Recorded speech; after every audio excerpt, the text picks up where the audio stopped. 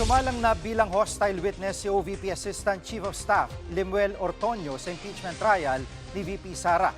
Kinumpirma niyang kasama siya sa pag-cash ng mga tseke para sa confidential funds ng OVP noong 2022 hanggang 2023. Live mula sa TV5 Media Center, nangungun sa balita si News 5 Senate Correspondent Mian Los Bañas. Mian, ano mga bagong impormasyon ang lumabas sa pagsalang ni Ortonio sa witness stand?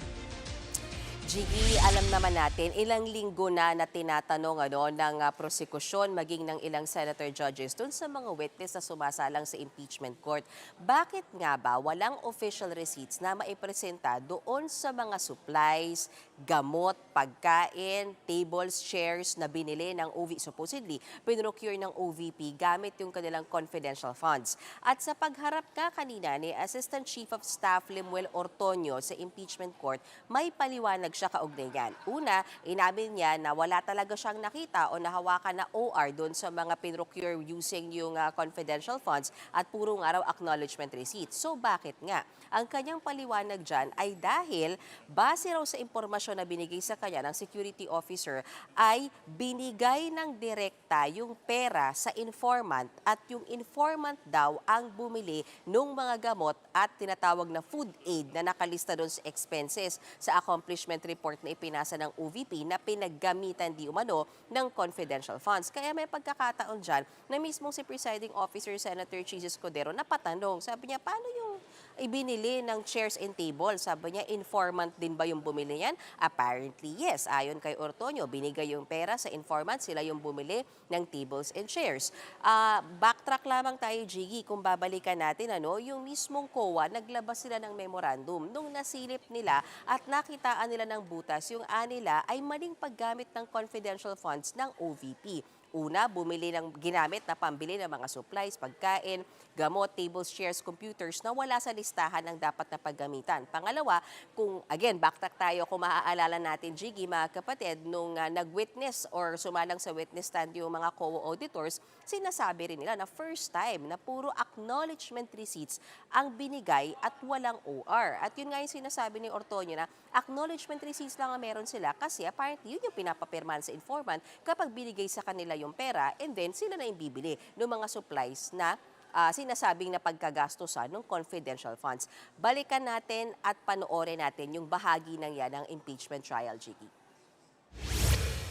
Binigay po ang pera directly doon sa mga informants and agents, and the informants and agents ng mga medical and food supplies. So it's the acknowledgement receipt which is the proof of the release of the funds to the informants or the agent. Binigay din yung pera sa informant, quote-unquote, that's your wording, para bumili siya ang bibili ng chairs niya, quote-unquote. Yes, that's based on the information provided by the security officer. May informant, imbis na bigyan ng kung ano, binayaran ng cash para bilhin yung tables, yung chairs, yung food, yung medicine. Yes, sir. Based on the information, sir.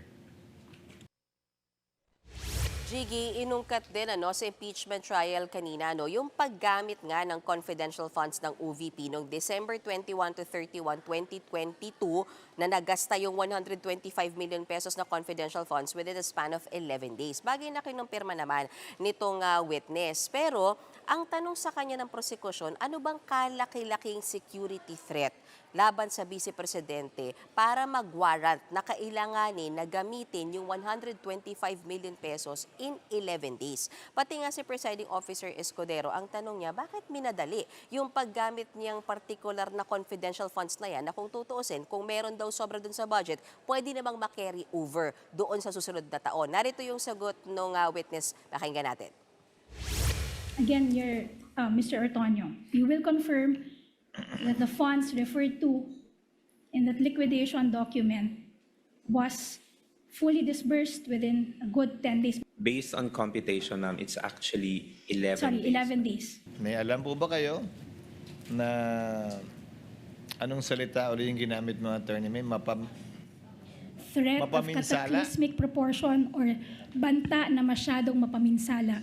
bantang mapaminsala. Kakaibang banta. laban kay sa ikalawang Pangulo. Nung mga panahong yon na malapit sa petsang December 21 to 31. If you know. Your Honor, I personally don't know of any information. Ba't ba kailangan madaliin yan? Hindi ba ang budget good for two years? Because, Your Honor, the request was made for the specific year, which is 2022. At dahil nga yung plano nyo is for the last quarter of 2022. Yes, Your Honor. At Mayan, ano pang inihayag nitong testigo, saan pa ginamit at itong mga hininging pondo ng OVP?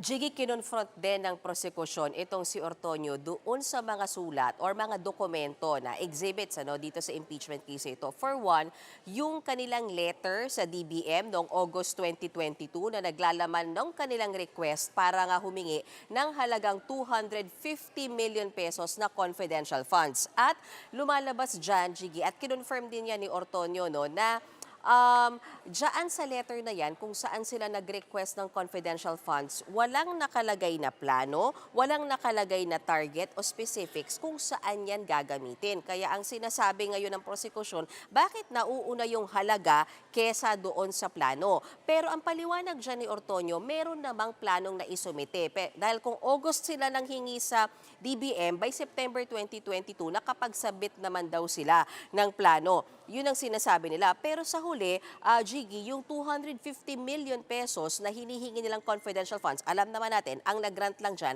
ay 125 million pesos na confi funds for the year 2022, particularly for the fourth quarter. Pakinggan natin muli yung bahagi ng impeachment trial na yan. Kinukumpirma mo rin na for the OVP's request for in this letter, walang computation na binigay. Tama ba? That's correct. No There was computation. also no projection provided in the same letter. Tama ba? Yes, that's correct. And also, there was no physical and financial plan attached to the letter. There were no attachments, ma'am. The physical and financial plan that was prepared 20 days after you requested confidential funds from the DBM. Hindi plano ang nagtakda ng halaga. Ang halaga ang nauna sa kahinabol ng plano. The respondent's handprints are on every document that mattered. Jiggy, ipinunto rin ng prosekusyon na mahigit 400 security personnel na yung nagbabantay sa vice-presidente. Kaya ang sinasabi nila, bakit kailangan mo pa ng confidential funds para i-assure na ligtas yung vice president, or para doon sa kanyang mga security-related activities, bakit kailangan mo ng confidential funds pa? At kung may mga banta nga sa seguridad ng vice-presidente, hindi raw ba sakop na yan ng intel gathering ng AFP at PNP kung saan may sarili rin silang pondo at hindi na kailangan yung confidential funds pa na magmumula sa OVP? Pakinggan naman natin yung palitan ng sagot dyan. 473 sundalo at pulis na ang nagbabantay sa kanya. Sahod ng Republika mula sa ibang pondo. Walang pangalawang pangulo sa kasaysayan ang nagkaroon ng ganito. At ang mga bantang tinutukoy sa mga ulat ng NPA at mga teroristang grupo, sakop na ng intelligence funds ng AFP at PNP. Bayad na ang proteksyon, bayad na ang pagbabantay, bago pa ang kahit isang piso ng confidential funds.